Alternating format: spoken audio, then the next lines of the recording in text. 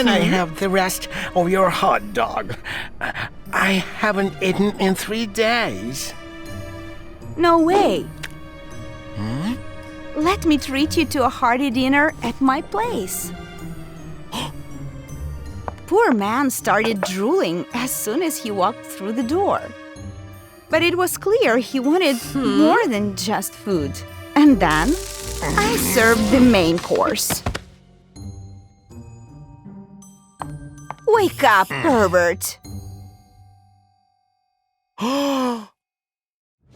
The creep didn't know I'd grown up on the streets, so I knew how to stand up for myself. Let's see the masterpieces you've snapped. Let me go. I'm very sick. Nice try, but hard luck. It turned out he'd been keeping an eye on me for quite a while. I'll explain everything. Just give me my meds.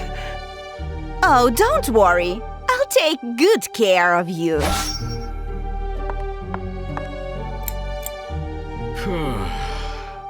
I might have gone too far with the threats. But he didn't cause any trouble until the cops showed up. I did all the work for you. No need to thank me. But instead of arresting the pervert, they arrested me. What are you doing? I am the victim here. You kidnapped and tortured a famous millionaire. I was facing a hefty prison term. But to my surprise, a stranger paid my bail. You have no idea how long I've been looking for you. Are you hoping I can teach you how to meet girls? I had to make sure you had the same birthmark. Ellie, my name is Roger. I'm your father.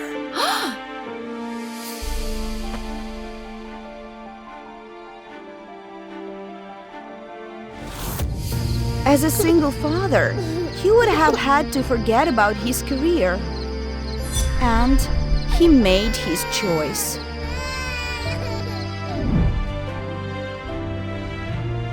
I'm terminally ill, but I want my entire fortune to go to you. I don't need your money. I needed a father. Someone has to inherit everything I worked for, else it will all have been for nothing. Sorry to disappoint you. Goodbye.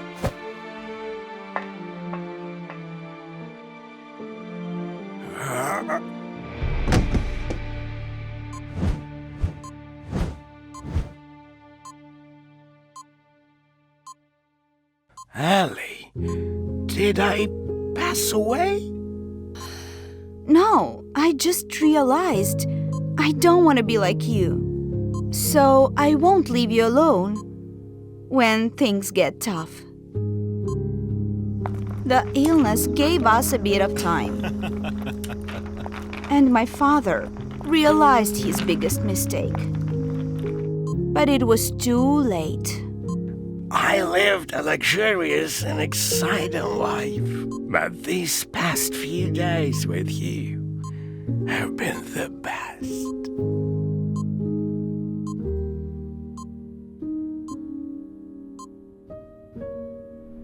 I inherited my father's fortune as he wanted. And I hope he's proud of how I've handled it. Everyone messes up, but every moment in life is an opportunity to make things right. A rich, fancy woman beckoned me into her luxurious limo. It's $10,000. You'll get them if you come with me. I was in no position to refuse. After all, I had pizza leftovers from the trash for breakfast. So I quickly got into her car and covered the seat with a piece of cardboard so nothing would get stained. The leather was clearly more expensive than my skin, but it seemed that neither my dirty clothes nor my smell bothered that lady. Relax. I won't bite you. Champagne? My homeless friends used to tell stories about the whims of the rich and how they made good money fulfilling them. However, some of them I never saw again.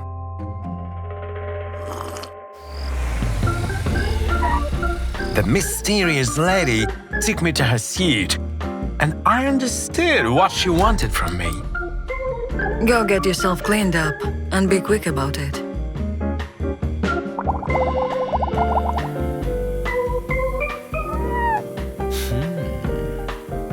Everything finally fell into place when I saw my new acquaintance on the front page of the newspaper. Miriam had recently divorced her millionaire husband, and it looked like she decided to have fun with someone younger.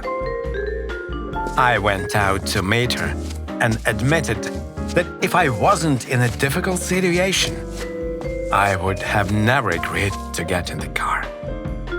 Plus, doing other things. The money you promised me will help me get back on my feet, so I'll do it. I sharply dropped my bathrobe, but Miriam clearly didn't like it. She immediately turned away and ordered me to get dressed. Ew, what the hell? Don't you think that if I wanted to mess around, wouldn't find someone better than a tramp? Miriam said she had other plans for me, while pointing at a brand new tuxedo. She took me to a social reception. It seemed like all the richest people in the city were there and knew each other very well. When they saw Miriam with a new guy, they couldn't take their eyes off us and kept whispering. Then she decided to leave me by myself. I'm going to say hello to someone, and you. Have fun. Anxiety caused me to sweat so much that there was almost no water left in my body, which was why I went to Beverage's table. However, those rich sharks immediately surrounded me and started asking me who I was and what I did for a living. I didn't know what to say, so I opted for the truth.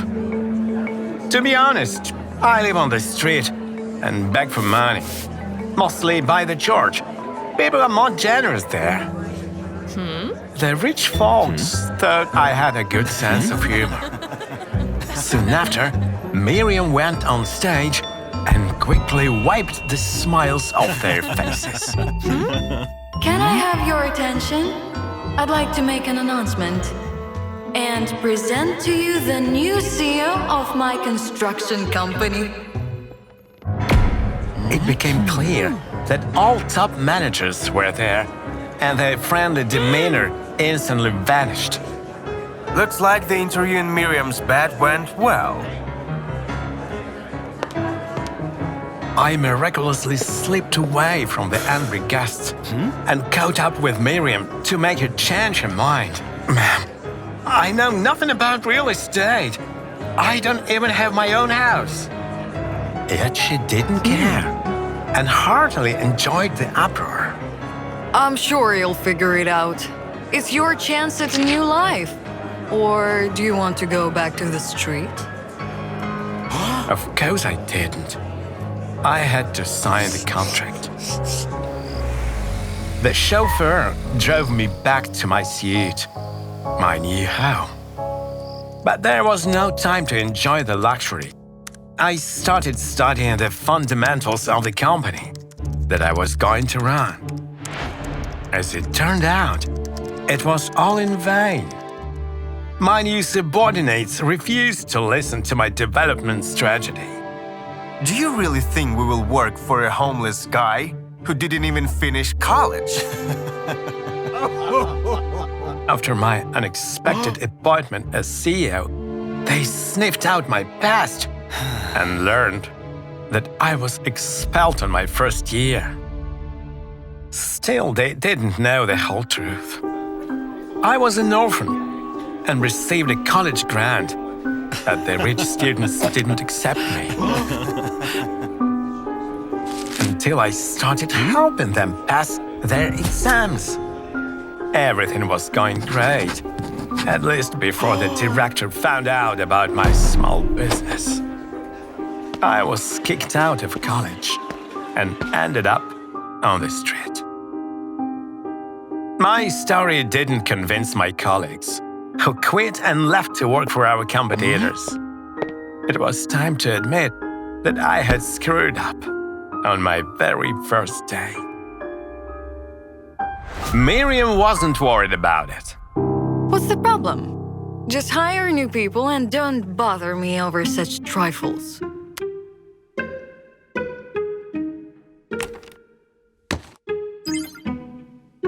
I posted job ads, and only one person came for an interview. In the end, the guy wandered into the wrong building. Nobody wanted to work for me, and the company's stocks fell. The only thing left for me was to return to the street and seek help from my homeless friends. I hired them, and when the press found out about my recruiting, they nicknamed us the Hobo Corporation, and our shares totally collapsed. Miriam walked into my office to fire me. At least, that's what I thought. Great job, boy. I just got a call from my ex-husband, and he's furious. He was the founder of the company, and Miriam sued him for it after the divorce. My ex refused to have children until it was too late. Then, I found out that he had children with his mistresses. That liar deprived Miriam of the joy of motherhood, so she decided to destroy his brainchild. However, he didn't take into account one thing. Tramps knew the promising neighborhoods of the city quite well. After all, that's where they could get more money, and there was always something to profit from in the trash bins. So I was successfully choosing abandoned buildings to be restored and sold profitably. Soon, the Hobo Corporation got ahead of the competition. Yet Miriam was not happy about our success. You were supposed to destroy the company, not make it successful. Pack your things. You're all fired. I couldn't let her kick out people who work 24/7 for a chance to change their lives. Your husband was upset when the company went down the drain, but he will be furious when it reaches the top, thanks to you. Boy, you know nothing of revenge. But I did. After all, the secret to my success was the desire to prove to my rich classmates that wealth and status meant nothing. Perseverance and hard work were the most important. Recently, I was invited to give a lecture at a college I was expelled from. Believe me, seeing the faces of the classmates who laughed at me and despised me, it's beyond words. Miriam agreed and did not regret her decision. The company grew up to be the largest in the country, and the president invited us to dinner. Miriam's ex-husband became a laughingstock. He lost his fortune and ended up on the street, exactly where she found me. Used resentment as fuel to rise above those who hurt you.